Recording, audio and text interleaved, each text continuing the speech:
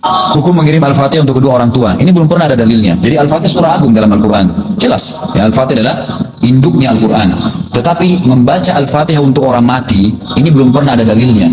Jadi tidak pernah ada satupun riwayat Bapak Ibu sekalian yang mengatakan Nabi SAW bilang kepada ahli Badar, Al-Fatihah untuk ahli Badar, Al-Fatihah untuk Hamzah di Uhud. Belum pernah itu terjadi. Maka kita bukan menyorotin surah Al-Fatihah. Surah Al-Fatihah adalah surah yang agung. Tapi membaca Al-Fatihah khusus surah ini, meletakkan, memberikan kepada orang mati, ini butuh dalil. Butuh sesuatu yang menjelaskannya. Gitu kan? Kali ini kita tidak akan memaksa siapapun untuk mengikuti pendapat dua kitab ini ya, termasuk Ustadz Khalid Basalamah. Kalau memang menganggap bahwa berkirim pahala Fatihah, pahala surah Al-Ikhlas dan lain-lain itu dianggap tidak sampai dan tidak ada keterangan baik dari ulama salaf, dari sahabat dan lain-lain, ya sudah tidak apa-apa ya. Di sini kita niatkan ngaji. Yang pertama ini ada kitab namanya Ahkamu Tamanil Maut ya, yang warna putih itu. Dua teks ini teman-teman, ini saya ambilkan dari dua ulama yang keduanya memiliki julukan Syekhul Islam ya. Untuk yang pertama yang warna putih itu nama kitabnya Ahkamu Tamanil Maut. Ini dikarang oleh Syekhul Islam Muhammad bin Abdul Wahab ya. Untuk yang kedua di bawah itu dari Syekhul Islam Ibnu Taimiyah. Semuanya saya ambilkan dari referensi syekhnya Ustadz Khalid Basalamah ya ini. Di dalam kitab Ahkamu Tamanil Maut, beliau Syekh Muhammad bin Abdul Wahab itu menampilkan sebuah keterangan ya, mengutip sebuah keterangan di mana hadis ini statusnya marfu. Beliau menulis wa akhraja Sa'ad Az-Zanjani an Abi Hurairah marfu'an. Hadis ini statusnya marfu. Apa keterangan hadisnya? Man, adapun seseorang, dakhala yang masuk, siapa man tersebut, seseorang tersebut al-maqabiro, ke sebuah pemakaman, summa qara'a, kemudian membaca, siapa man tersebut ya, siapa orang tersebut membaca Fatihatul Kitab pada surat Al-Fatihah, wa qul huwallahu ahad, dan surat qul huwallahu ahad berarti Al-Ikhlas, wa alhaqumut takasur, dan surat alhaqumut takasur. Summa qala, kemudian orang tersebut berkata, ini sesungguhnya aku ja'altu, menjadikan siapa aku, atau membuat siapa aku, sawabama, pahala sesuatu, pahalanya perkara, qara'tu yang aku baca tadi, min kalamika, dari kalammu ya Allah. Berarti maksudnya di sini adalah Al-Quran ya, Fatihah, kemudian Qul huwallahu ahad, ini kan kalamullah. Aku jadikan li ahlil makobiri, untuk penduduk pemakaman ya, penduduk makbaro di sini, minal mukminina, dari orang-orang mukmin laki-laki, wal mukminati, dan orang mukmin perempuan. Maka apa konsekuensi dari amalan ini? Kanu, maka ada siapa mereka ahlul makobir minal mu'minina wal mu'minat, syufa'a, memintakan syafaat lahu, untuk man tadi, untuk orang tadi, ilallahi, kepada Allah. Ternyata membaca suratul Fatihah Qul huwallahu ahad ada hadis marfu'nya. Ini saya ngambil dari kitab Ahkamu Tamanil Maut ya.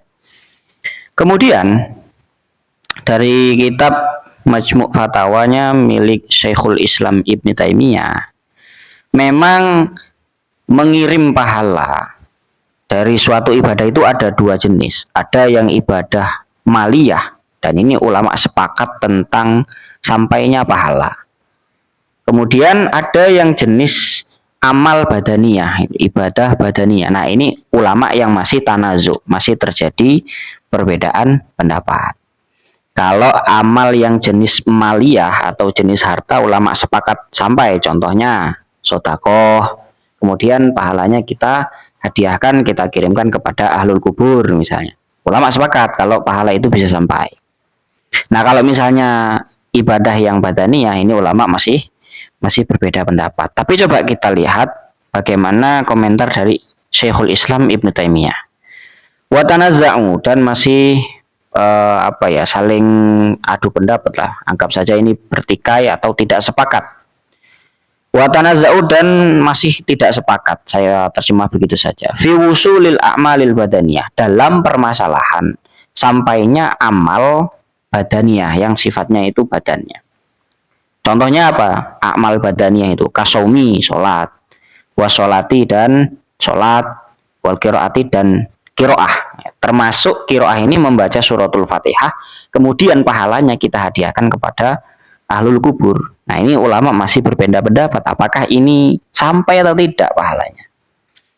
Tapi komentar dari Syekhul Islam Ibnu Taimiyah, wassawabu, dan menurut beliau ini mestinya ya, yang benar annal jami'a, bahwa sesungguhnya semuanya, baik itu ibadah maliyah atau ibadah badaniyah, yasilu ilaihi, bahwa semuanya itu bisa sampai kepada mayit begitu.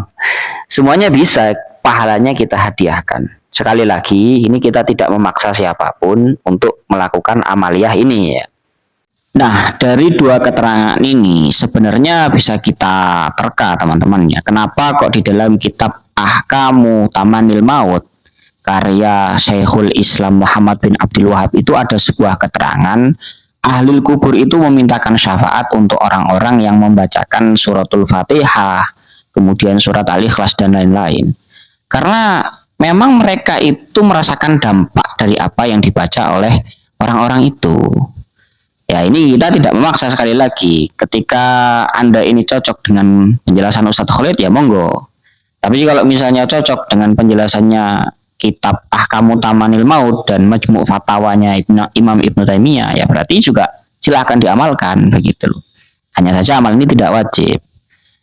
Jadi begitu teman-teman, bahwa ternyata ada keterangan yang menjelaskan, ada kok riwayat kita itu boleh membacakan suratul Fatihah ataupun surat Al-Ikhlas ataupun yang lain, hadiah pahalanya itu kita kirimkan kepada ahli kubur, dan mereka itu merasakan dampaknya. Apa balasan dari ahli kubur itu? Mereka memintakan syafaat untuk orang-orang yang membaca suratul Fatihah yang dikirimkan kepadanya. Semoga bermanfaat. Wallahu a'lam bishawab.